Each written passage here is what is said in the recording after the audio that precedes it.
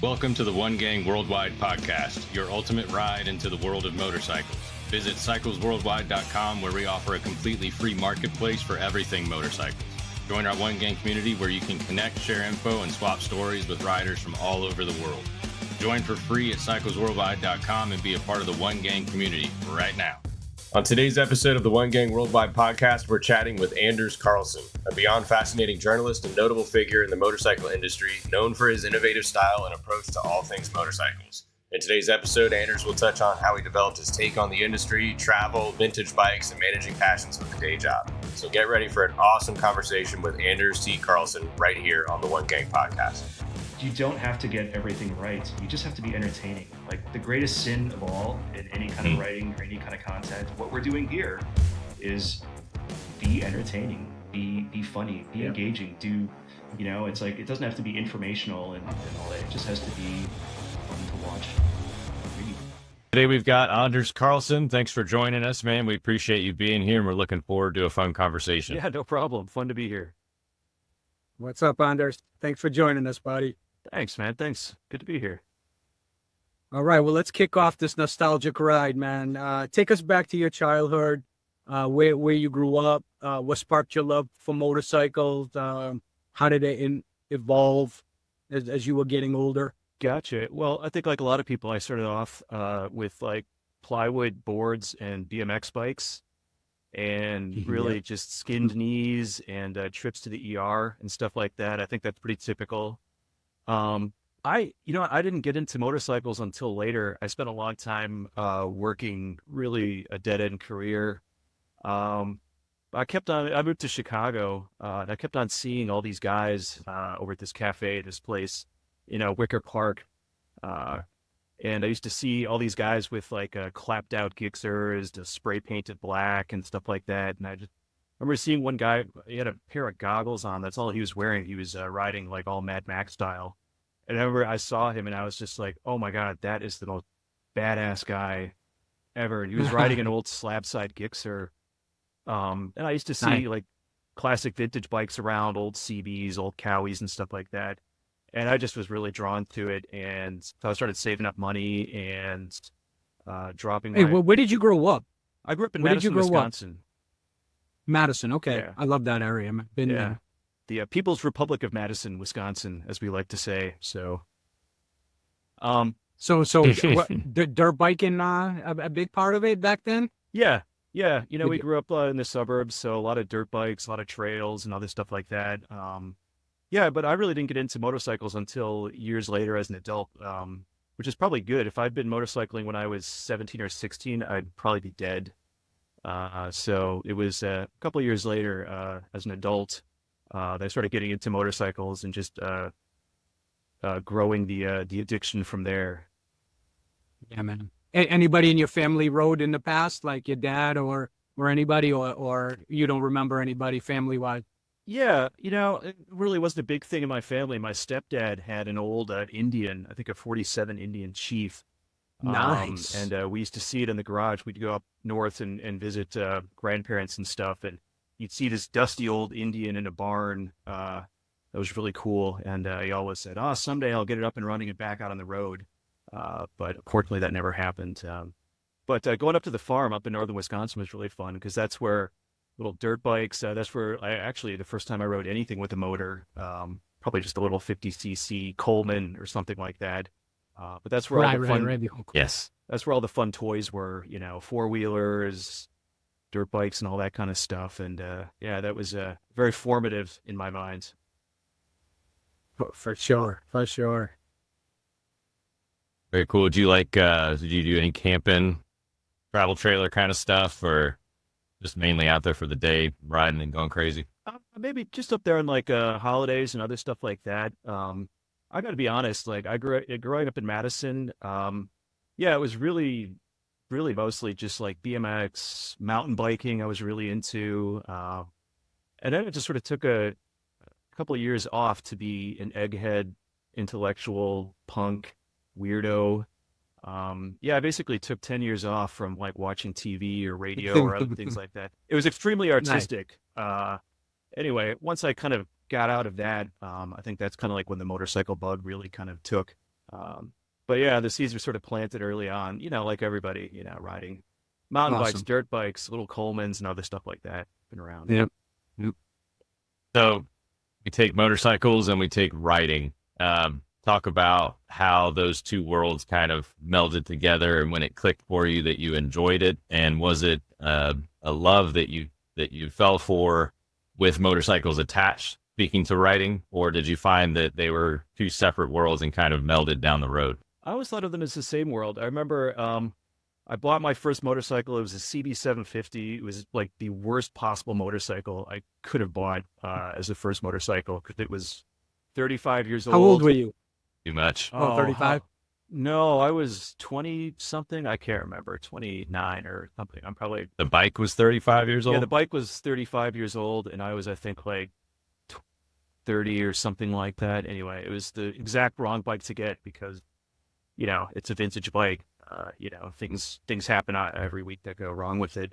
But yeah, no, as soon as I got into it, anytime I get into something, I read obsessively about it. So I would buy every magazine I could get my hands on. This is back in the days when there were paper magazines. Right. So I would just obsessively read Cycle World, motorcycles, anything I could get my hands on. And when I was a kid, I used to be a huge car guy, and I loved Road and Track, Car Driver, Auto Week, all of those magazines. So I really grew up reading a lot of great auto journalism. Then when I got into motorcycles, I started reading all the titles that I just mentioned and really getting into it. And then also a really great magazine I should mention out of Topeka called Motorcycle Classics, which is a small niche magazine. And, Great. Yep. and they would have all sorts of great stories about trips they took. I mean, sure, they would do restoration reviews of noteworthy bikes, but there were also like peppered in there were stories like about kids just taking an old like Honda Dream and riding it cross country, and kind of more of a travel journalism thing. And I remember reading a couple of really great stories and being like, man, why can't I do that? It's like, well, you can if you're dumb and ambitious enough. So yeah, I think riding and writing for me were really sort of really entwined, kind of inseparable actually. So when you take a pen to paper or a keyboard to a screen, your writing style is unique, refreshing, creative, like a really enjoyable read. Absolutely. You talked about taking a 10-year break and going through your artistic time. When you first started or in those early years of writing, did you find yourself with that style and it was just your personality coming out through the pen? Or did you kind of develop that over the years of reading what you created and molding your kind of personal touch to your writing? How did that kind of transpire? I probably started off by copying a lot of other writers and their styles, and I think one of the great things about starting off writing for Motorcycle Classics was that they had a really light touch. I think that they let each of their writers kind of be their own person. And, some of the stuff I did really was, to be honest, really not that great. But, they stuck with it and they stuck with me. I would pitch them stuff. And if it was interesting enough, they'd be like, sure, go ahead. And, as much as they would edit for grammar and other things like that, they really kind of left me alone to kind of sort of find my voice, write the stories that I thought were compelling and interesting and take some of the rough edges off. But honestly, they left a lot of that stuff in there, which is really helpful to develop as a writer. Sounding all serious like there. Right. Yeah. For sure. Hey, Lou, listen, let me ask you a question. You said Motorcycle Classics was a magazine that kind of inspired you as far as the reading and how it was laid out. Prior to that, you had mentioned other magazines, especially the car magazines that you were really into.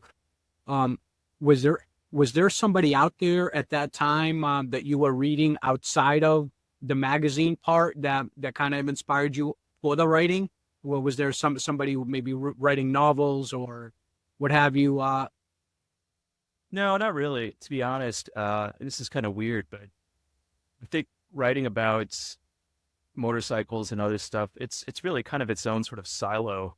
So, I mean, as much as I love talking about, but there's a whole shelf of books back there of, and my background is in literary criticism and comparative literature and other stuff. But honestly, like as far as motorcycles go, just bring the fun and anarchy. I think it was really just about like thinking back to stuff I read when I was a kid. I used to read Peter Egan when he was head of Road and Track. I think of Brock Yates, and I think of all the other people that would write really hilarious send-ups and travel pieces and stuff. And so I guess that was in my head. Yeah, when I write about bikes, that's really kind of what I go back to. I really don't draw upon any of my other education, which is good because I've actually forgotten most of it. So really, it's a kind of a happy act. Hey, tell us, you got an excellent story, your J&B Scotch and Cola story. Yeah. I think it's kind of a two-part question. One was, tell us about the story, give us all the details, because that's absolutely an amazing story which happened to you. But then in addition to, was this how you got your first break? Yeah. I was going to school in Madison, Wisconsin. I worked at a liquor store called Badger Liquor, which is still there. It's a tiny little liquor store on State Street, which is kind of the main drag, by campus and all that. And at this liquor store at the time, The Onion, which was a very funny satirical newspaper, was based. Classic. Yeah, it was based in Madison before they moved to New York. And just as it so happened, a lot of writers and contributors for The Onion also worked at this liquor store. So we would make really funny signs in the windows. Wow. And the owner just did not care what we put on the signs. We could swear, we could, as long as it made people laugh and got them in the store and sold bottles of booze and beer and whatnot. So we would just make really funny signs, and we would really try to outdo each other with whatever we could get away with as far as outrageous or semi-offensive signs. So that just kind of became the culture. The store got known for having funny signs in the window. Anyway, at some point, a bunch of executives from New York. And you guys started that tradition, correct? Yeah, I personally did not start anything. I was just a torchbearer for this. But got it. Okay. So at some point, a bunch of executives from J. Walter Thompson, which is an ad agency in New York, were doing like kind of a whistle stop tour of the Midwest, trying to figure out how to save a dying Scotch brand, J&B Scotch. And they were just looking for ideas. They were like, how are we going to get Scotch? How are we going to get, college kids to drink Scotch? They thought, well, one idea is to make J&B and cola, like Jack and Coke, J&B and Coke. At any rate, when they were coming up with ideas, they saw our signs and thought they were pretty funny. Took a bunch of pictures, and they went back to New York. And about a week later, they called me and my buddy working at the store and asked us if they could pay us a lot of money to make really funny signs, but for J&B. And we said yes very quickly. My friend did not. My friend Rick did not. He was, the 90s don't sell out, that whole thing, that very Gen X kind of thing. Oh, he actually had He actually had a tough time Grunge. with that. And he Fighting did the man. Exactly. He did some soul searching. I did not need any soul searching. I don't actually have a soul. So, but anyway, we agreed to. You're not even a ginger. Right. Exactly. So we just grabbed a bunch of beer, went upstairs. We had a little lounge up there, and we just got a bunch of used tempera paints, and we just got drunk and made a bunch of signs. And they thought it was really funny. They thought everything we did was really great, and it led to a national campaign for a while.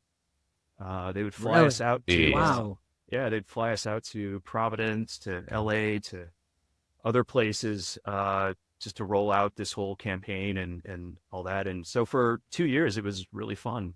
We made a lot of. Were they targeting college campuses? Yeah. Or just in general, college camp?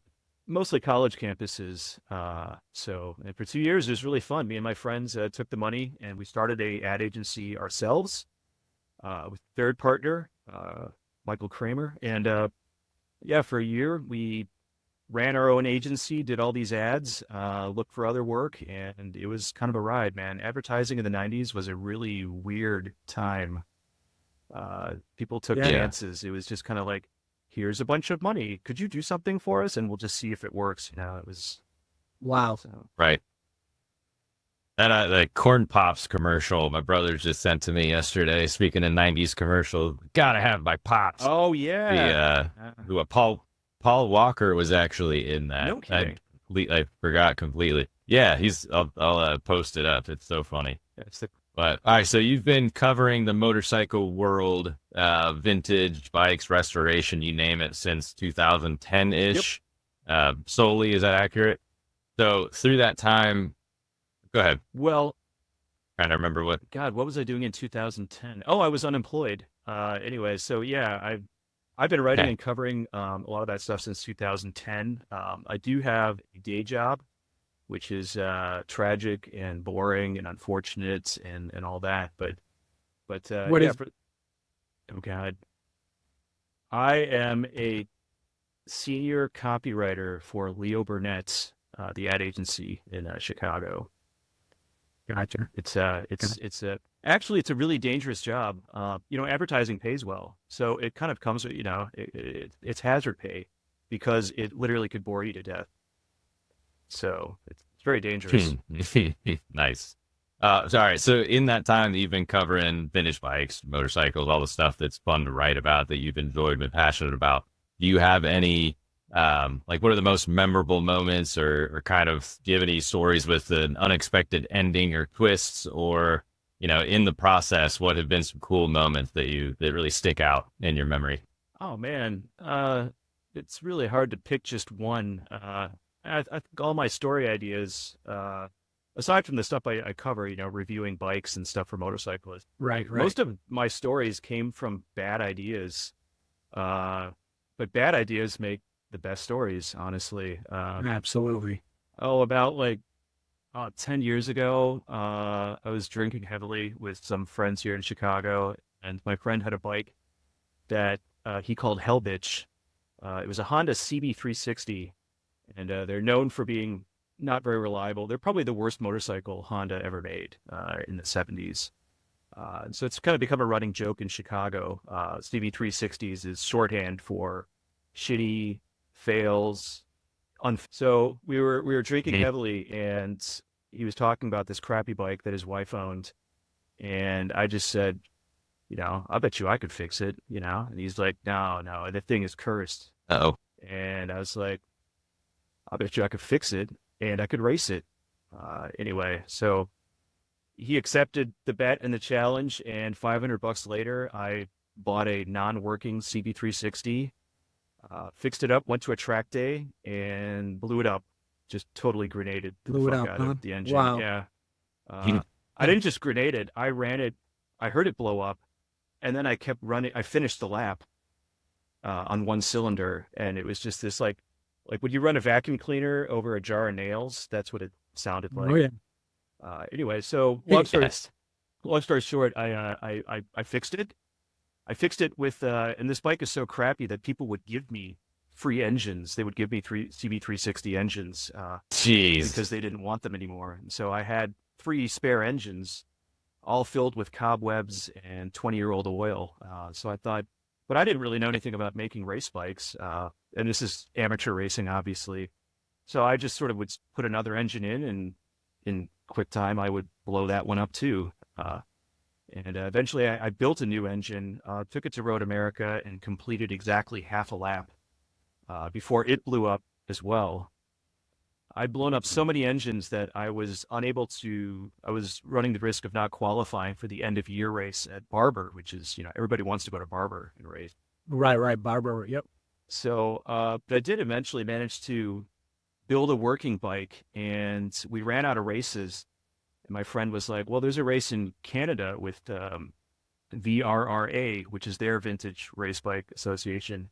Let's go race in Canada. So 12 hours later, I took probably the world's crappiest vintage race bike to Canada and That's soon. managed to qualify. And so Nice. the happy ending of the story was, I won the bet because I was able to fix it eventually and race it and finish races.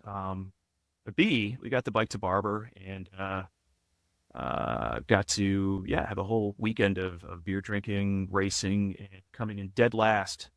So yay, happy endings.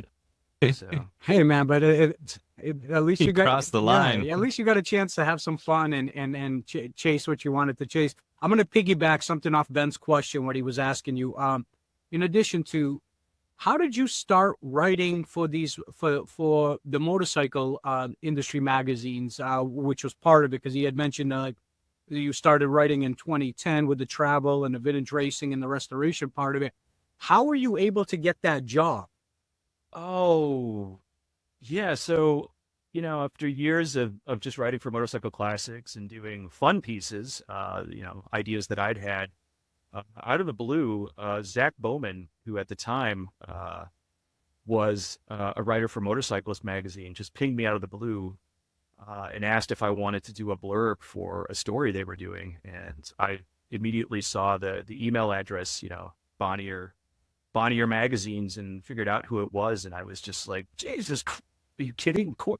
Yes, house dude, can I write you 5 pages on?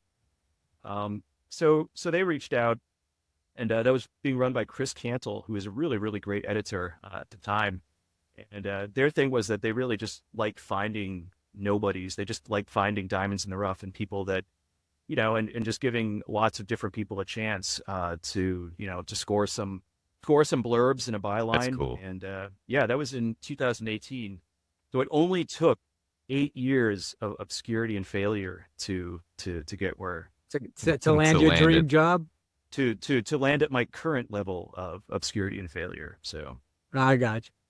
So that's cool, man. Hey, listen, you got a chance to kind of get into some great magazines. I mean, if you're an enthusiast of the motorcycle world, like we are, it's great to be able to, at least if you're gonna write about stuff that you love. I mean, I think that's absolutely. how many people are going to work every day in your industry, right? That write about shit that it's just pen to paper. That's it. So, I wanted to ask you a question about, you wrote this article about the Widowmaker in the Idiot, which was about restoring and racing a 75 Cowie H1.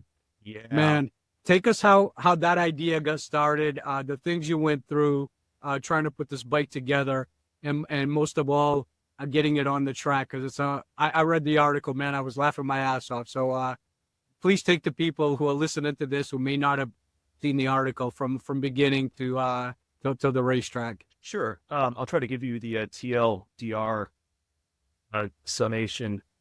I always wanted a triple. I just have a thing for two strokes, particularly Cowie two strokes, H1s, S1s, H2s, whatever.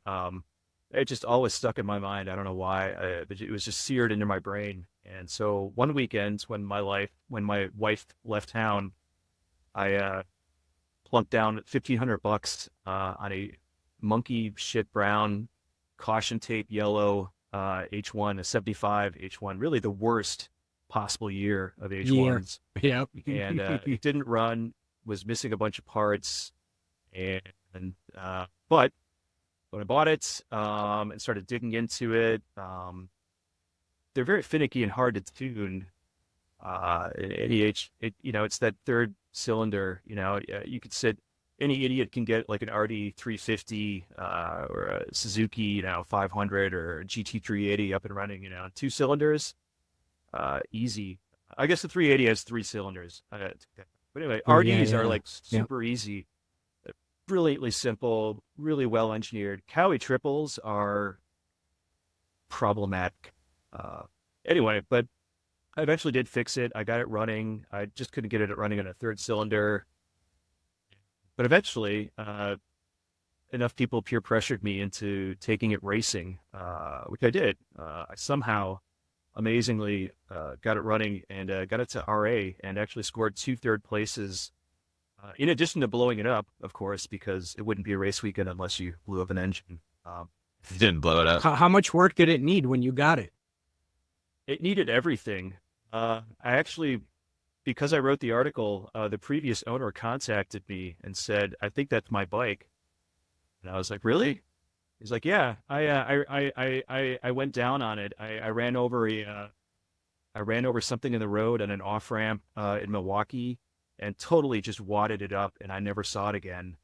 And I was like, oh my God, that's exactly what happened to this bike. I bought it and the frame was slightly pretzeled, which I didn't know when I bought it. So I had to find a new frame for it. That took 6 months. I mean, you basically rebuilt it. You rebuilt the whole thing from frame on up, man. You had to replace almost every part. Yeah, the frame was a 73, unfortunately, which is mostly the same except for a couple tabs. But yeah, the bike is basically all new. But yeah, the engine was seized, had the engine redone. The jugs were redone by Millennium Technologies in Wisconsin. They're great. New Wassner pistons. A friend of mine actually who works at a machine shop reprofiled all the heads and got rid of the stock sort of top hat. Very conservative sort of ignition area thing. So by the time I sold it, it actually ran pretty well, and I had bored out, I think, by 1 millimeter. So it was actually a 515, and the thing ripped. It was a fun bike. When did you learn how to wrench? Like, I mean, I know your passions with Japanese bikes, but how did you learn how to wrench on them? I learned how to wrench. I bought my CB750. As soon as I bought it, I started imagining there were problems with it. So I started taking it apart immediately, even though it was totally fine. So I basically started wrenching by making probably 90% mistakes and then 10%, 10% accidental luck and fixes and everything. There was a great forum. It's still around. It's called the Honda SOHC forum, the SOHC4 forum.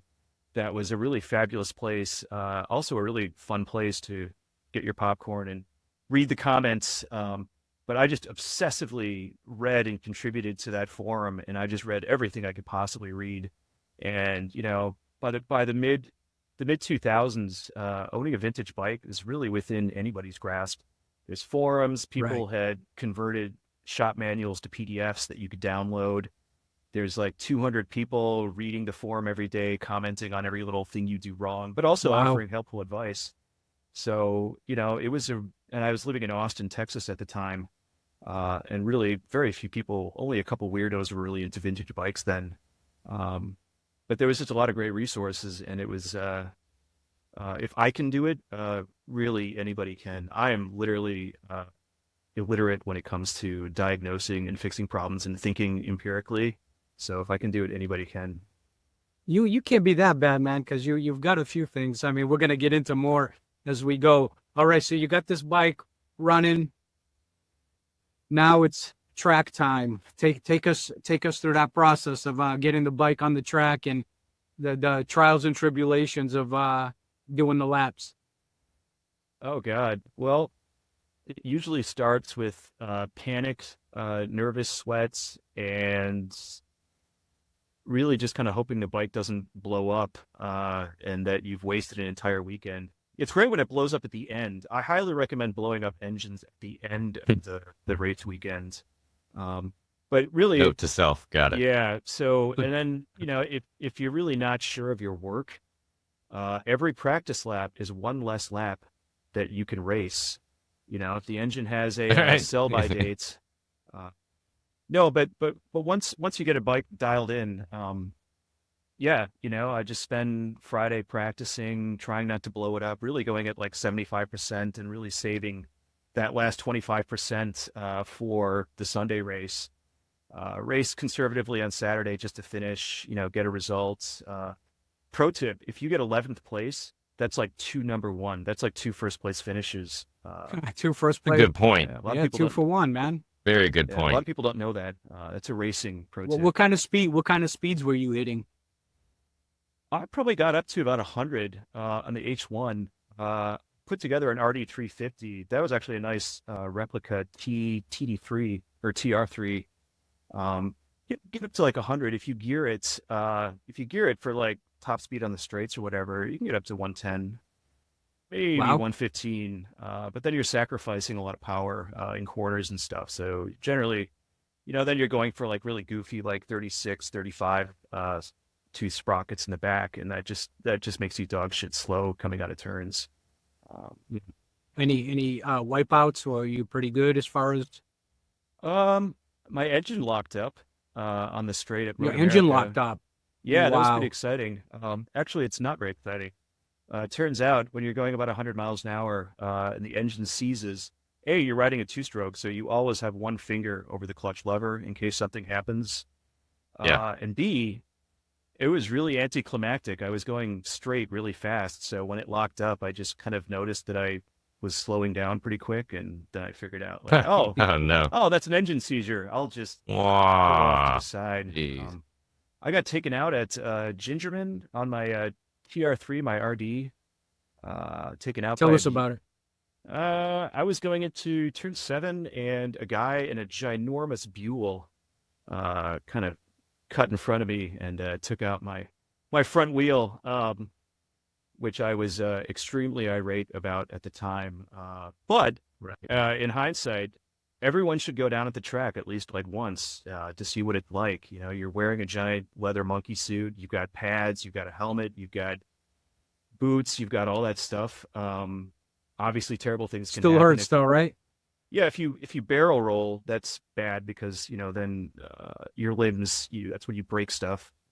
But if you just slide and then hit the grass, yeah, you're sore, but it's pretty anticlimactic. And once you've done it, you're like, oh, well, that wasn't a big deal, and then you maybe add a couple percentage, it just kind of makes you go a little harder the next time. So Right, right.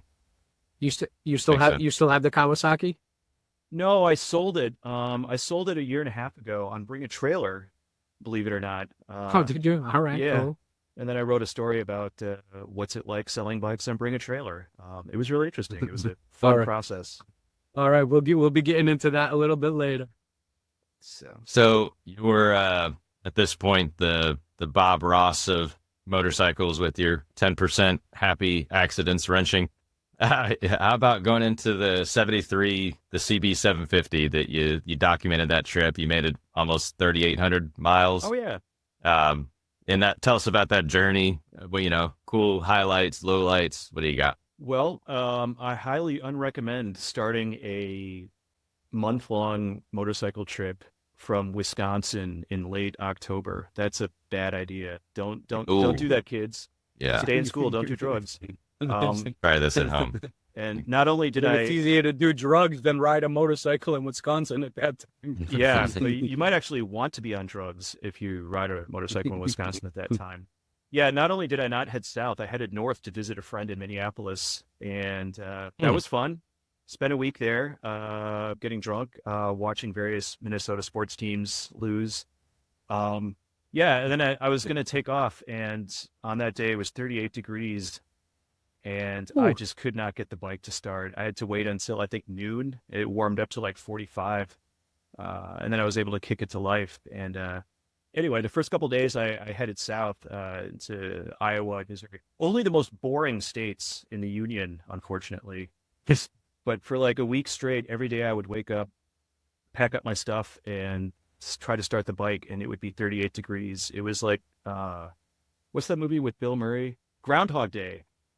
Groundhog Day. Groundhog Day. Every yeah. day is the same.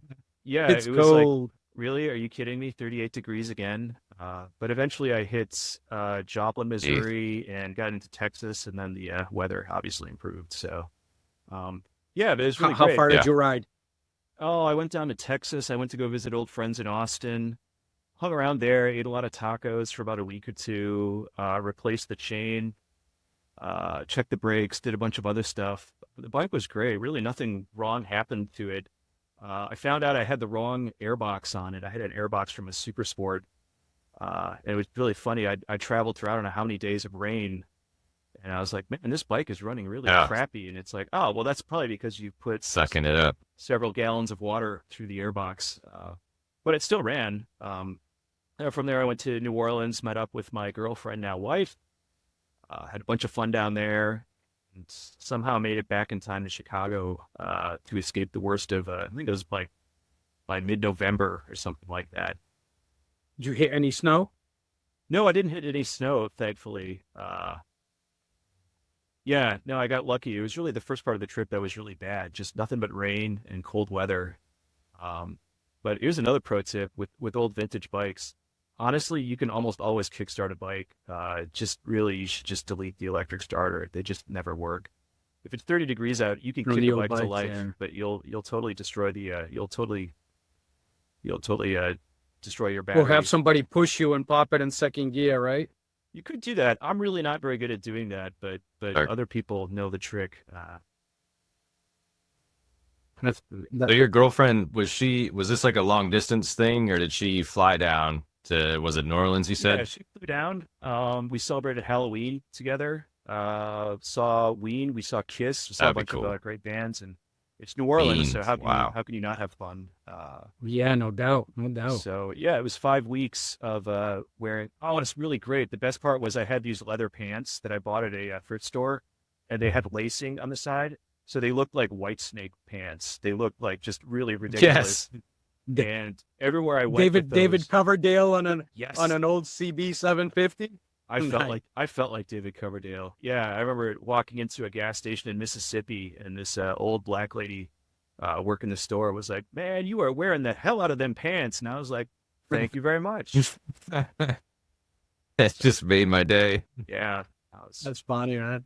What red-blooded And when American, you started this, wouldn't want to hear that.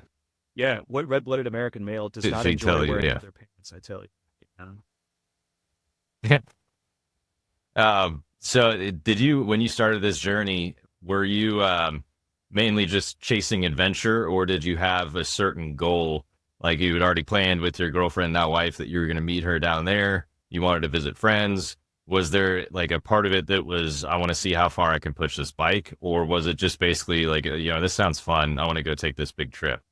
The plan was actually to write a story about it the whole time. The plan was to have as many entertainingly bad things happen to me, and the more hard luck bad things that would happen to me, the better the story would be.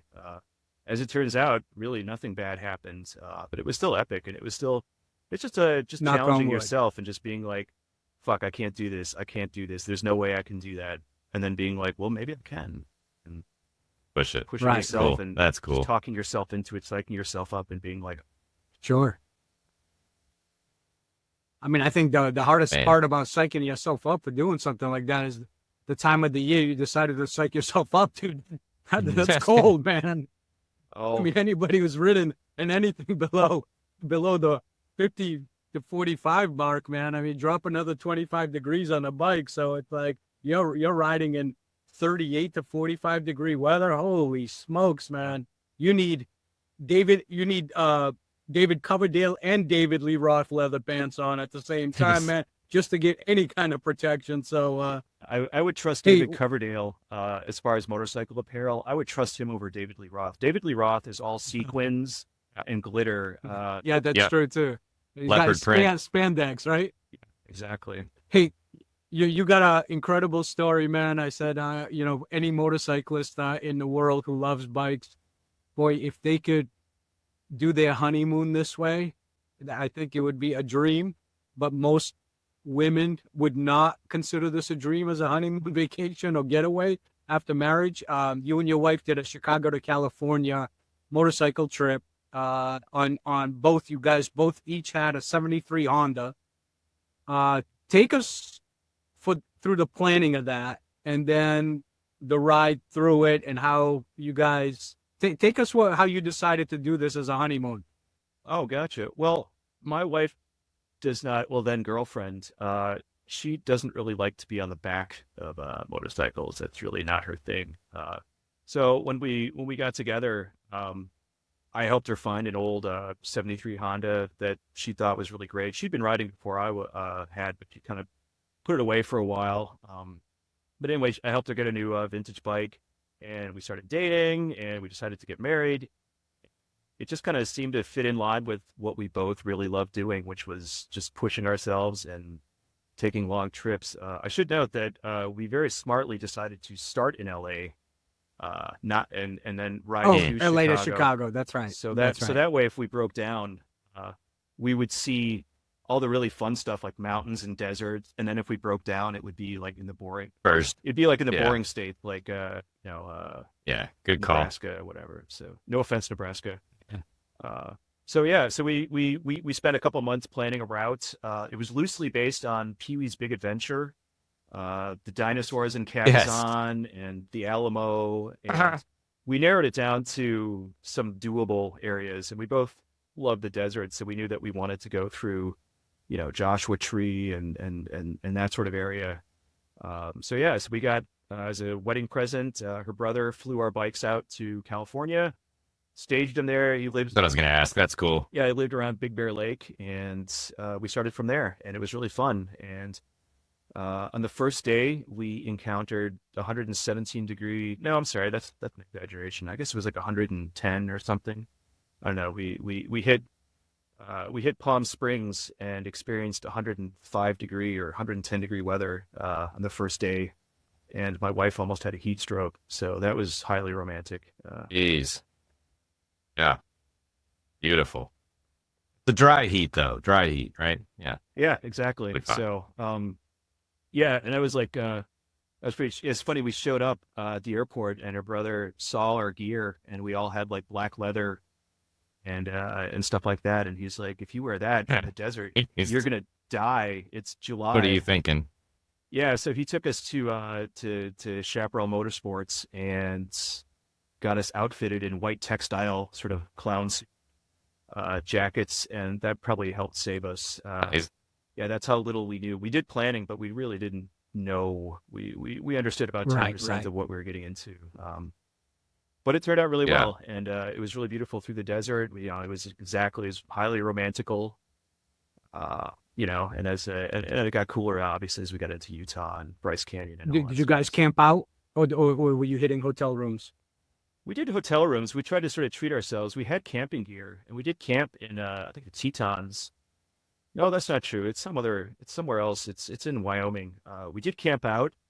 Wyoming's so beautiful.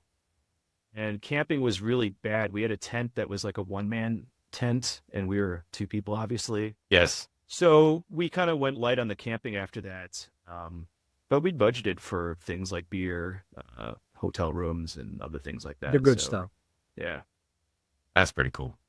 So you've been lucky enough to, in your writing adventures, you've come across the world of reviews, and you've been able to test ride different makes and models for years. I'm curious. We're both curious. The process of writing the reviews. Couple parts of this question, but what are some of your favorite makes, models, and why? And then with the ones that maybe don't perform as you'd expect, or that aren't your favorite, your writing style, you're able to pretty eloquently place things. Do you have to be cautious and kind of temper your worst reviews to not, are you cautious about hurting the company? There's, you have to be cognizant of the fact that, for a lot of legacy media like Cycle World and Motorcyclist, they have relationships with these makers, and it's not that we're beholden to them, but you have to keep the relation. You have to be objective, and you can't. Right. It's fun. Listen, I love reading hit pieces. I love Jalopnik, and I love other sort of more fun freewheeling sort of sites like that. But yeah, when you review, you have to be fair-minded and constructive in your criticism. And listen, we're not the Washington Post. We're not the New York Times. We're not, they can decide not to give us motorcycles to review. That doesn't mean that we have to be positive. Right. We have to be objective. But all criticism and any kind of nitpicking and stuff has to be in the spirit of being constructive. And, every rider is different. I'm 5'10", 5'11". I weigh, well, I'm not going to tell you what I weigh. But, different bikes. Well, it's okay. You won't get offended here, man. But so, and the type of riding that I like to do is not necessarily the type of riding that everybody likes to do. When I reviewed the BMW 1250 RS, it's a great touring bike. It's wonderful. Oh my God, that thing is just a joy to ride, because it's a touring bike, but it's a sport touring bike. And, I think that that's a fairly universal thing among BMW riders. But then when I reviewed the BMW K1600 Grand America, I mean, that thing is like Darth Vader's snowmobile. That thing is enormous. It's huge. You're riding this like spaceship, and some people huge height wise, real tall. You mean? Yeah, it's very tall. It's an inline six. It's a very narrow six, but it's still an inline six, and it just has a character that is great for people who love baggers, who love big giant touring rigs, couches. I am not that kind of person, but you have to review it through the lens of like, you know what, for people that love that kind of bike, this is what you're going to get into. This is what you're going to experience. This is the features. This works. This could work better. This doesn't work at all. But you really have to kind of like put on different lenses of different riders when you review bikes. So. Yeah, that's cool. You keep it in mind that just because it might not be a good fit for me and my personality, my riding personality, doesn't mean that it won't be for somebody else. That's a good objective way. Yeah, exactly. Have you ever had somebody from the manufacturing company kind of call you or email you because they weren't pleased with what you wrote, or have you ever had any kind of thing like that? I mean, I'm asking just because I'm curious, because I think that if I had this job and I felt that the motorcycle wasn't performing like they advertise it performs, then I would have to be as honest as possible so people don't get duped into buying something that they shouldn't get. And obviously, but you have to take that approach in regards to, like you were saying, is that you want the companies to be able to trust you and give your business, your company, the motorcycles to test ride. But have you had any issues like that where somebody kind of reached back out to you and said something to you? Not to me personally. I can't speak for the poor editors who have to deal with me. But a great example would be last year. I reviewed the Zero, the electric bike Zero, the SRF, Yep. Which is their naked bike, and it was really a lot of fun. Listen, the future is electric, whether you like it or not. I love smoke and internal combustion. But the fact is, it's going to be most every like electric is where it's headed. And as a writer, you want to write about what's happening and what the future is, not so much like what's already been. Sure. And I reviewed the Zero in February in Chicago, and I took it on a trip up to Kenosha for a beer run to get Wisconsin beer instead of crappy Illinois beer. And how many miles is that? It's about 70 miles up there, and I purposely charged it to about 80%, and I got up there, I got about down to 10%, and as an experiment to review the bike, I was like, well, let's go on a trip. I went with a friend of mine who had an old Guzzi, and let's see how it goes. I'm not going to micromanage and plan every little thing. I'm going to go up there, buy some beer, find some place to charge it, get a bite to eat, and see how it goes. And the cold weather obviously didn't help with battery life.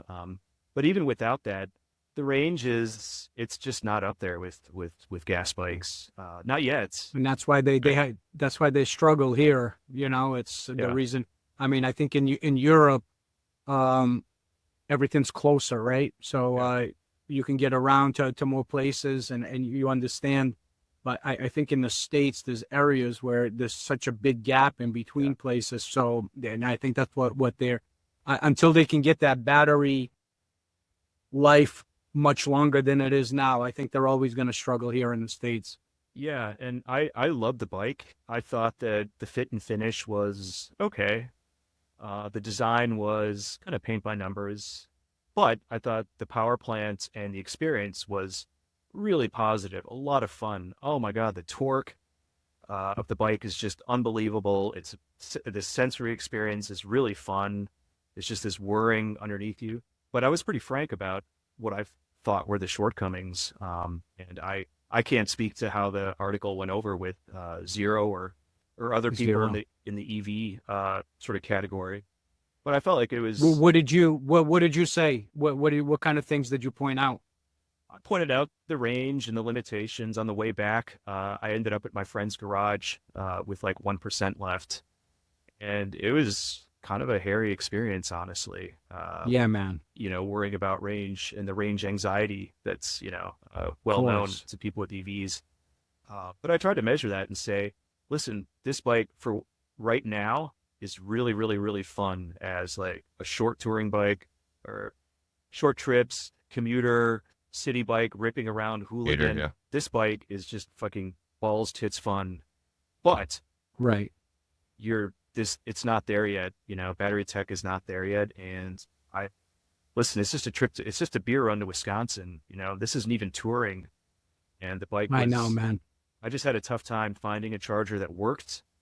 And it was just a tough experience. It's going to get better. But I felt like it was important. Was to that be your honest. Was that your first electrical bike that you rode? Yeah, it was the first like electrical bike I'd ridden. Like they've given me like electric bicycles. Upco from New Zealand is a really cool one. It's like a utility EV bike. What's the other one? Super 73 makes a really popular one. Yeah, for a while I was kind of like the electric bike guy. But it was the first like big like the Zero was the first full size like big bike that I'd ridden. And it was a great experience, but you know, there's definitely a little ways to go in terms of the tech. Do you remember the best bike that, in your opinion, that you ever rode, like that you test rode and you were like, my God, or reviewed? Yeah, let's say reviewed, and you said, man, if I had the cash, I would buy this thing today. Yeah, 5 years ago, they put me on an Indian FTR. I think it was the first year FTR. Man, that bike was fun. They still had like the larger front wheels. I think they had 19s on the front. So it really kind of had that sort of like dirt track kind of heritage and styling. And that bike was just super. I just loved the shit out of that bike. And we did a weekend of riding around the Salton Sea down in Southern California, just shooting really cool pictures and camping by the Salton Sea, which is kind of gross. That's cool. Awesome. But it was really fun. And I drove it up to LA. They kind of gross. It's a little gross. But you know, it's so lifeless and dead that, you know, there's not even really bugs out there. Yeah. So it really wasn't that bad. But it was a really fun bike. It was just a really great ripper. One of the guy, I went with a photographer and her dude, and this guy was able to wheelie anything, and he was wheeling that thing all over the place, and just a great hooligan bike. You could even throw bags on it. Yeah, and I came back. I was a total evangelist for all things FTR. I think I got 2 other guys to buy FTRs actually. So really nice. I should get some sort of discount from Indian. I think on my Yeah. Did Indian affiliate link, man? Did Indian send you any commission checks? No, unfortunately not. They must have gotten lost in the mail. So Indian reps, if you're listening, we'll leave his mailing address after the show. No. Actually, as an impartial journalist, I could not possibly take any sort of compensation that would sway my honest to God journalism. That's funny. Hey, so what draws you to the classic motorcycles? I know that you love the old Japanese bikes. Is there a specific era or model that holds a kind of special place in your heart?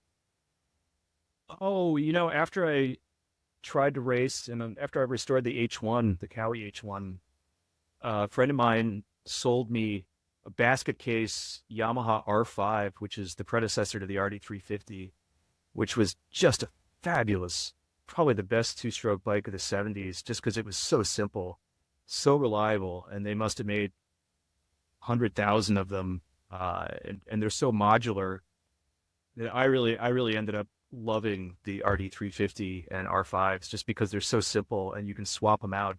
The heads, there's so much redundancy, and this is exactly what people didn't like about Japanese motorcycles in the 70s. They thought, oh, they're all the same, they're saving money, they're cost cutting, you know, there's no style, there's no soul, and that's just total bullshit. Because 50 years later, you know, when I had a problem with my RD350 or when I was building a replica race bike, there were like 25 people online in ARMA or other communities who'd already done what I'd done. Right. There was just a whole community, a giant community of people out there. So any problem you had, there's tons of aftermarket stuff. The Banshee four-wheelers have a lot of analogous parts. Like they're still, and you can get really great like reed cages, and so you could upgrade and soup it up, and you could, it's really just like the most plastic 70s like sort of two-stroke platform there is, and it's really just honestly like one of the best 70s Japanese motorcycles that you could get into if you like two strokes, if you want to go to the dark side. Hey, but by any chance, did you see? I think it was either this past weekend, or the weekend before, the Mecum. They had the 73 Yeah, H2. Did you see that? I It brought did see that. 82 or $84,000, That and I mean, is, that that's blew me crazy. away. But you know what happened? They had to cancel the bid because they couldn't match the VIN numbers. I saw that. So Yeah. oh, you saw that? I read about that earlier. I was like, man, I've never seen a Kawasaki bring that kind of money in my life. That is insane money.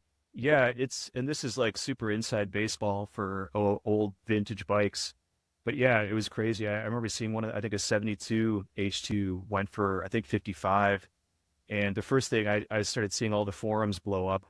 And the first thing somebody said was those decals are facing the wrong way. They're actually tilted the wrong way. But apparently the buyer didn't mind or didn't care. The market's going to do what the market does. You follow And this pretty strongly as yeah, far as like, let me ask you, because my strengths lie in the American bikes, the Harley, sure. as far as value is concerned. So the Japanese stuff I'm kind of learning Sure. as I'm getting older and appreciating them more and more. What is the like? What bikes, is there an error in the Japanese side of the motorcycles, or is there a brand specific years that kind of, I mean, is the Kawis H2s and H1s really the beginning of something to come? I think so. 10 years ago or so, CB750s, especially Sandcast, like really early ones, started getting big money. Vic World, who is a really amazing restorer, this is the guy that sources OEM screws, that have been laying in the back of a warehouse for 50 years, restores them Wow. perfectly, right down to like the clear coat on bolts and stuff like that. You started seeing CB750s go for 20, 25,000, which at the time was astounding. And now that's kind of been blown away. And I think the Cowie H1s and H2s, by reputation, are becoming very desirable. And the reputation is not really all that well deserved, to be honest. The H1 was the real widowmaker, mostly because it had a short wheelbase. The weight distribution was way too far back, and tires at the time were just terrible. So they were really dangerous. They were really meant to go in a straight line, and that's about it. But prices have been coming up on H1s and H2s a lot. That said, I think previous to the Mecum, I think the record for a H2, a 72 H2, that's the blue one that you see that had the blue painted fender. That's the one that Yep. everybody wants. Everybody wants that first year. 72 and 73, they went to a longer wheelbase in 74 and 75. But those first year H2s started getting 40,000 on a Bring a Trailer. But Mecum just kind of blew that away. And it's good and it's bad. A rising tide lifts all boats. I have a 73. Yeah. Did they make a lot of those models They made a of fair. the blue ones, or are they sought after? They're very sought after. They did make a number of them. It's a mass-produced product. I couldn't tell you how many they made, but they were a huge Right. success, and they piggybacked on the H1, which was already a huge success. So these are not rare bikes. What's rare is that they haven't been wrapped around a telephone pole, or that they weren't Yeah. left in a barn after they were crashed and left to Right. rust into the ground. Yeah. That's the rare part. And they've also been messed with. Like a fun thing about Japanese 70s Jap bike owners were that a lot of guys would buy Hondas and Suzukis and Yamahas. The guys who bought the Yamahas oftentimes would mod them. You could buy Yamaha production racers right out of the box from a dealership. But Hondas and Suzukis and stuff, a lot of times were kept stock. They might put a new pipe on it or whatever. Honda owners, same thing. Cowie owners, like as soon as they got home, they would just ditch the chrome pipes and they would start putting all sorts of other stuff. Cowies were meant to be tuned. Cowies were meant to be messed with and made to go faster. And They your were the average muscle Cowie- bikes of that era. Yeah.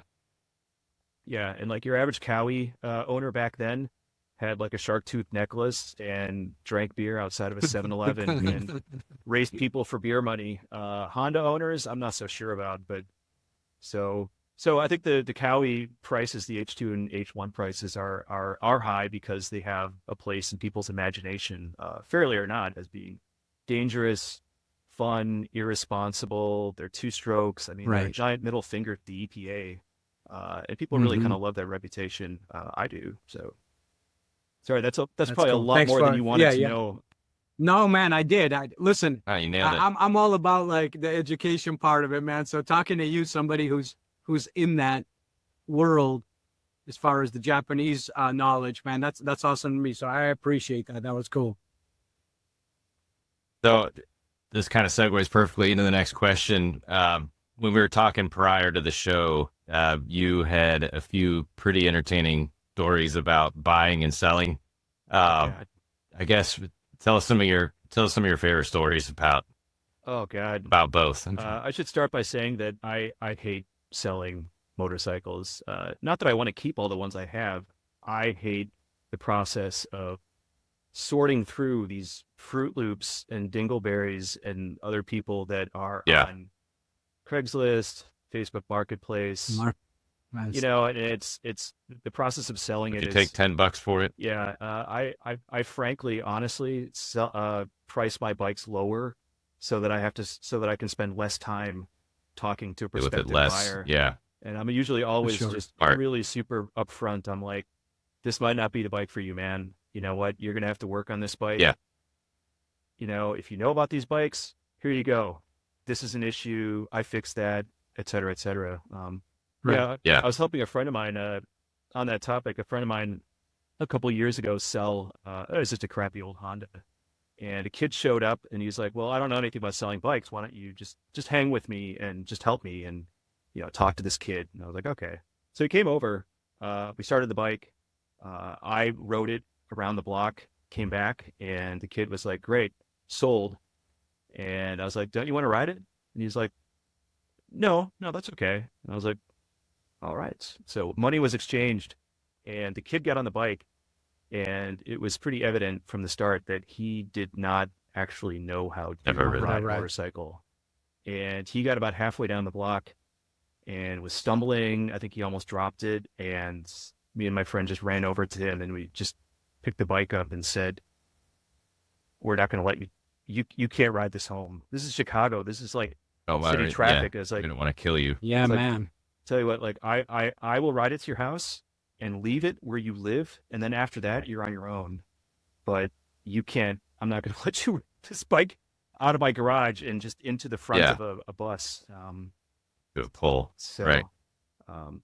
Other than that, other stories, I don't really have any like super negative. The bring a trailer thing was interesting. It was fun. It was mostly positive. I didn't get as much as I wanted, but that's the marketplace for you. But yeah, Right. other times, yeah, I sold my my race bike, my Yamaha TR3 replica bike. But that was just to somebody within the ARMA, the vintage motorcycle racing community. So that was actually pretty easy because everybody's on the same page. We all build bikes. We all have addictions to motorcycles and vintage bikes. So that was pretty easy. But yeah, I really just, and the CB360, the crappy bike that I raced, I sold to some kid and I put a joke price. I was like $2,400, knowing full well that I was not going to get $2,400, but I did get 2,000. And this guy, it was his first bike, and I took his money. I helped him. I went to his garage 3 times to sort out issues that he would have. It came with 3 free service visits. And Yeah. after there was not a fourth For one. $2,000, man. Helps you Damn. sleep at night. Yeah. So, and then I helped him out 3 times. I sorted out all the issues that it had. I was upfront about what was wrong with it. It was his choice to give me $2,000, which it was really worth about half that. But then in the 4th time, I just blocked him. I was like, you know what? Buyer beware. Fourth time asking for help. That's a little much now, Jeez. man. Yeah. It's only $2,000, buddy. Yeah. Yeah. I actually have a funny story too. You were talking about that kid that came, paid for the bike, and then I didn't know how to ride it. I have a shop here and been selling motorcycles too since 2005, Harleys. And I had this one guy come down from the west coast of Florida, came to the shop, and he wanted to look at this bike. I had this big bagger, like custom paint, all that crap on it. And I didn't, as a small business, I never let anybody ride the bike unless they had cash in hand or, you know, a check, because liability's too great. So he gets on it and he almost dropped it, just sitting on the bike. I'm like, dude, I'm like, you all right? He goes, no, this is my bike. I'm buying it. I'm like, look, I'm just going to be honest with you. I've been doing this a long time, man. This bike is just too big for you. If this is your first bike, you're going to a 900-pound motorcycle is your first bike. It's not going to be an easy bike just to throw around and get comfortable with. So he started getting an attitude, and I was just trying to help him, right? So I'm like, ego. Yeah, ego, man. He's like, oh, don't tell me what I need to do, this and that. This is the bike I want to buy. I'm like, fine. I'm like, it's your money. It's your thing. I'm cool. Whatever you want to do, that's what we do. I said, but you can't test drive it until, you know, I have the cash in hand. So he ran over to the bank, got a cashier's check, came back. I'm like, look, man, I said, I've been doing this a long time. I'm just telling you, just from experience. And I'm only doing it because as a rider, I want to make sure that you're comfortable riding a bike and you enjoy this passion. It's not just because the bike looks great and you're going to show it off to somebody. So he's like, no, I appreciate that, but listen, this is it. So he takes off. We have this road, 714, which goes out to Okeechobee, which is the center of state. And at the end of 714, there's a real sharp turn before you get into another road to get to Okeechobee. Yeah. Dude, he went straight through into the bushes, didn't cut the corner, was going too fast. I get a call. He crashed it like 24 miles from the moment he bought Holy cow. to where he was going, man. And I was just like,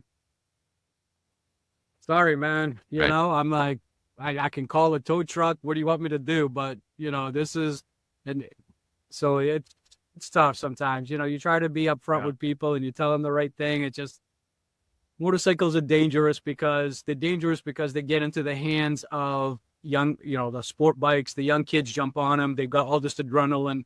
As you get older, you obviously learn how to ride better and safer. But when you're a kid, I remember when I got my first sport bike, I mean, the areas that I was driving 80, 90 miles an hour, the fact that I'm still here at 53, thank God, man, you know, so. Yeah, it's funny. It's not like a car. It is a unique sort of thing to try to sell or buy, in that, you know, a car, obviously, there's a protocol with the test drive and everything. But generally speaking, if you hand a car off to somebody and they test drive it, really nothing's going to happen. It's a pretty safe, simple thing, but you know, with riders, you just don't know who you're getting. It's hard to know.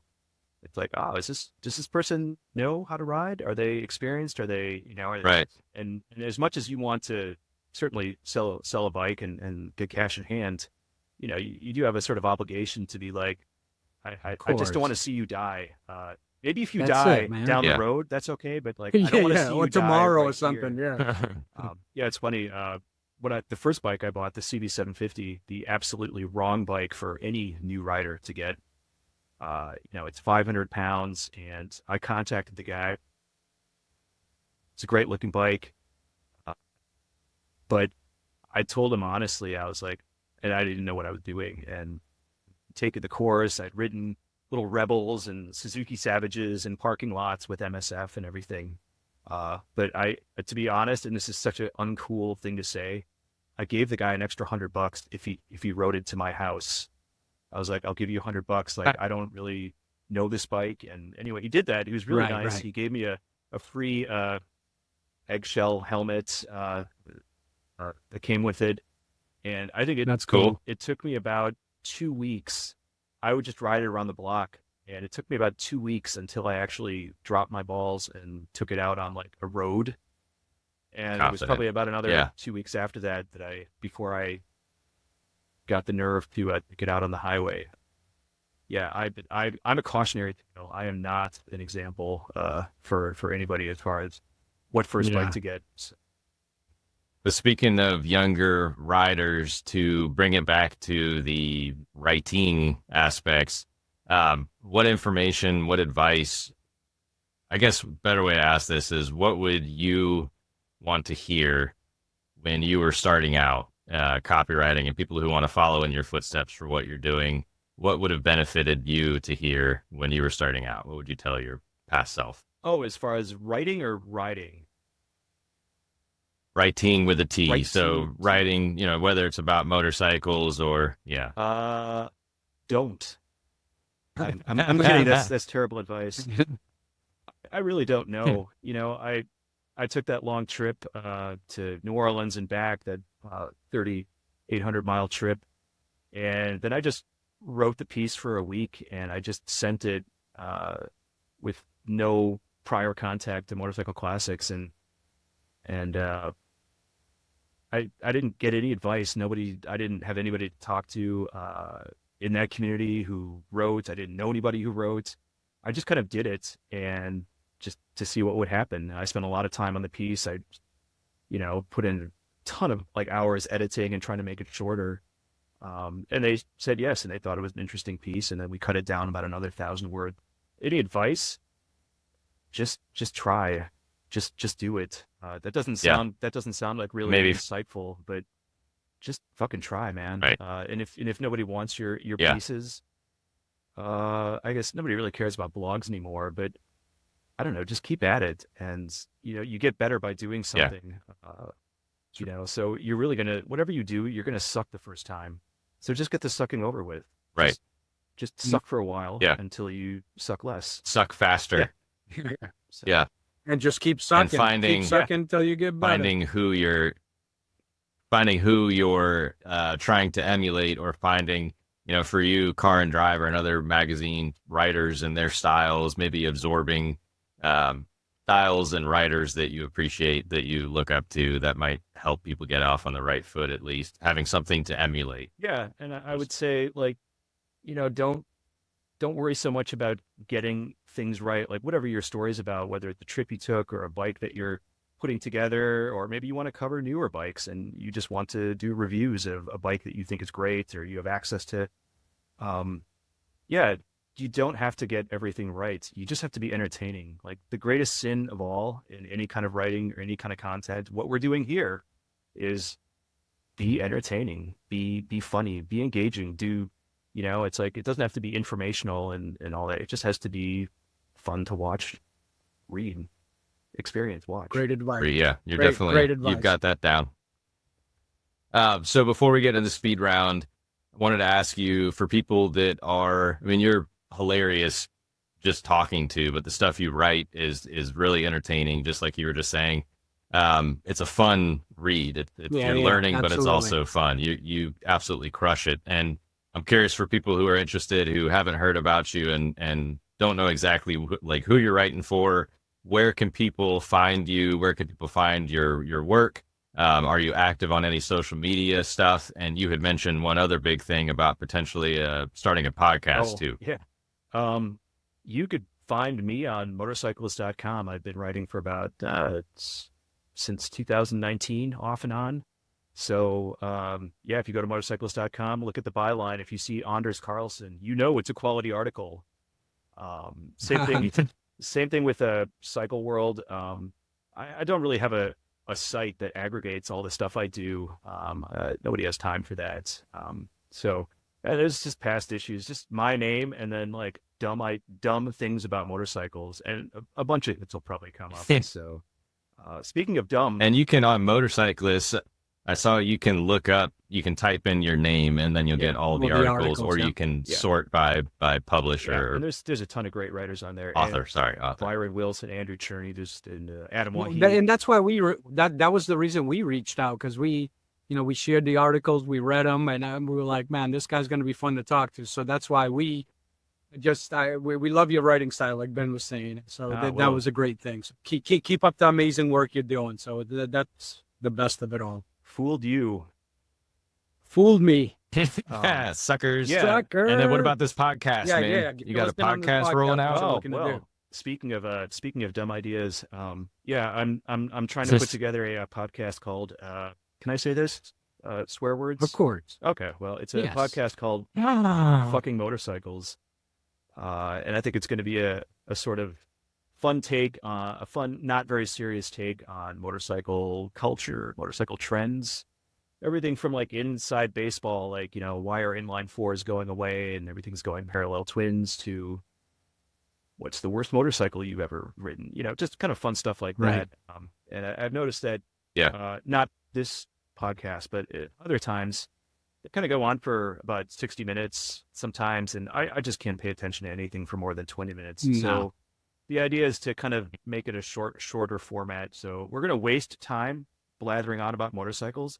We're just going to waste less time doing it than Less time. than other Nice. podcasts. So All right. Well, Cool. Have bite-sized pieces. I'm interested to hear, as you're publishing different platforms, how you're going to be able to name, the actual name of the podcast. I wonder if it's going to be like $, exclamation point motorcycles. I think we'll change it. I wonder what you can get away with. Yeah, we'll change it for every episode. I think every episode will have a new logo. The U will be like a Torx bolt, or it'll be a different sort of fun symbol every time. Who knows? So yeah, it's I think all we're seven. definitely gonna look out for that. So that's gonna be cool. All 7 listeners we'll link will it be up. really impressed, I think. So Nice. And 2 of them are right here. That's There you right. go. That's right. So the other 5 listening, pay attention. That's exciting, man. All right, man. Speed round. You ready for some speed round questions? We'll have some Sure. fun with this thing. All right, let's do it. Best motorcycle ever built, in your opinion? Honda CB750. Okay. Sorry, that's boring. Best? No, it's not. Yeah. Best place you ever rode and why? The Badlands. I love the Badlands. The Badlands, mostly just because it's just this terrifying, wonderful emptiness of just being out there, and there's nobody around. Yeah, and it's also just the polar opposite of where I grew up, Wisconsin, which is great, but I don't know. I'm always fascinated by out places out west. So Yeah, that's a beautiful place. Absolutely. Fuel injected, carbureted, or electric? carbureted all the way. Okay, good. Favorite cruising speed, 40 to 50, 75 to 100, or 100 plus? Oh, I don't know. It's pretty nice to be at 100, assuming you've got some wind protection. Yeah, I don't know. 100 is really nice on my Buell. I have a Buell 1125 CR because Buy American, even if they've gone out Buy of business. Americans. They're back, though, Yeah, they are back. I'm glad to see that. I don't think Eric Buell has much to Yeah, do me with too, it, but the nameplates, the world is a more interesting place with Buells in it. So anyway, 100 plus. I mean, they're putting 100 plus. All right. They're putting out a very nice motorcycle right now. So, Yeah. All right. Next question. Favorite riding road? Curvy, straightaway, trails, dirt, or scenic? Kirby. One law you would change if you were president to help the motorcycle community? This one's kind of complicated. I would mandate. I would have the U.S. government mandate little miniature neutron bombs in all new cars sold, so that when they have a close call with a motorcycle, each motorcyclist will be equipped with a button that would detonate the neutron bomb, Blows it up. so that the offending car in question and driver would be neutralized. That's what I would do. Dude, it would be Okay, you won the game. Yeah, End the yeah, speed yeah, round. yeah. He won the game. Yeah, Best answer. best answer Done. of all time right there. Yeah. And if that was the case, it'd only be motorcycles driving anyway. Oh, it'd be paradise. Yeah, good point. Favorite motorcycle movie of all time? Oh, it's probably everybody's favorite movie. The first Mad Max. Just all those the Mad Cowie Max. All right, Z1s and like there's even a Yeah, that counts. Yeah. no, it's just as a fun exploitation flick. It's kind of hard to beat. Cool. Badlands vibe too. Yeah. Favorite book you would recommend everyone should read? Oh yeah. There's a compilation of Peter Egan's columns that he wrote for I should know this, Cycle World of Motorcyclists. Doesn't matter. It's called Leanings. And it's just really great. Leanings. It dates back to like the 80s and the 90s, and he just talks about, honestly, he's probably one of my favorite writers, and he's obviously a senior member of the motor writing community. But Leanings by Peter Egan, there's 2 of them actually, so it's 2 compilations. Cool. We'll put that in the We'll link notes. that Yep, up. for sure. Yeah. Go to alcoholic beverage. Oh, Miller High Life. Miller High Life. The High Life is my life. Last meal ever. What would it be? Oh, steak and onions with cheese curds. I'm surprised you said. All right, I'm there's surprised you said Wisconsin. Miller too, man, because you guys got some great breweries in Milwaukee and Wisconsin and Illinois too, actually. So Yeah, someone told me that Frank Sinatra was buried with a hip flask of Jack Daniels in his pocket. When I go, someone's got to take just a bottle of the champagne of beers and put it in my pocket to see me through the afterlife. Yes. So Nice. there's a lot of Noted. great beers out there, but there's only one that you really want to reach for on a super hot day. So. Champagne of beers. all right. If you could meet someone past or present, who would it be? It's Gandhi McJesus, McBuddha. Gandhi McJesus. Okay. If you're stranded on a desert island, what is one music album you would have? One. One. Or band. Or Or band. band if it's easier. Oh, see, that's way smarter. If you had the band, then you could force the band to play whatever music you wanted. All right. Oh, we didn't think about that way. That's tricky. I don't know. We were thinking a collection of albums by the band, not the actual band. That's a loophole. That's a really hard question. That's like, like which is your favorite color of the rainbow? I mean, it's hard to decide one or the other. I like orange. Most people have said Weird Al Yankovic. So. Really? Yeah, that's been a notorious answer. No. No. I really don't know. I'm so schizophrenic. Part of me, I love like death metal, but then I also like classical music, and then I circus music too. It's really hard to say. Circus music. I even like the Right. Dead. Honestly, like early Grateful Dead would be. If I had to listen to that all for the rest of my life on this desert island. That's an eclectic collection too. Yeah, man. They had a lot of different styles in the Great Dead for sure. For sure. Maybe like Working Um, Men's Dead, something sort of down tune. Oh, yeah. If you could swap lives with a cartoon character for a day, who would it be and why? Pepe Le Pew. Ooh, He got nice. he got taken off the air because they don't even show that no more because the woke generation says it's a rapist feeling of his acts. And I Yeah, love I don't know. Pepe, man. He was the But man. he was kind of charming. He was always on the make. He You was know, charming. Yeah. That poor cat. I don't know. Pepe Le Pew. Why not? Yes. That's a great one. Hey, what's the most unusual talent you possess that nobody knows about or very few people know about? I speak Swedish fluently, which is of Nice. zero help or benefit to anything I do in life, except communicating with my family. Which Let's go. communicating with your family. And how do you say Anders? You would say Anders Anders. Yeah, let's just stick to Anders or Anders. So All right. Last question. If you could make a rule for a day and everyone had to follow it, what would it be? get out of my way. Like Mad Max way or just get out of my way? I don't know. I live in Chicago. Everything is crime, street hassle, and gridlock. Yeah, man. Just get the fuck out of my That way makes sense. for today. I don't know. It's a It's shame. probably not the answer you're looking for. No. It's good answer. I mean, I We didn't have any in love mind. Chicago, but I hate Chicago at the same time. It's No, like, I understand. and it's all because of the way it's run. So It's anything else, It's right? a unique crime syndicate here. So yeah, man, for sure. So, Anders, hey, man, we just wanted to thank you so much for taking the time out of your schedule. Thanks for sharing all the stuff you did as far as the reviews, your background, your history.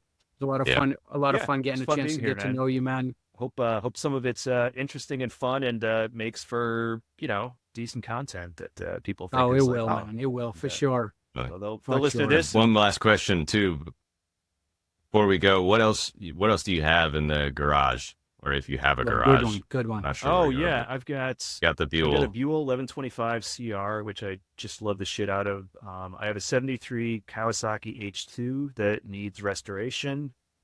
I have, and this is the only fun bike to ride in the city of Chicago, is a Honda Navi, an $1,800 Grom, like mini Grom. Honestly, it's the Oh, the easiest thing. Groms.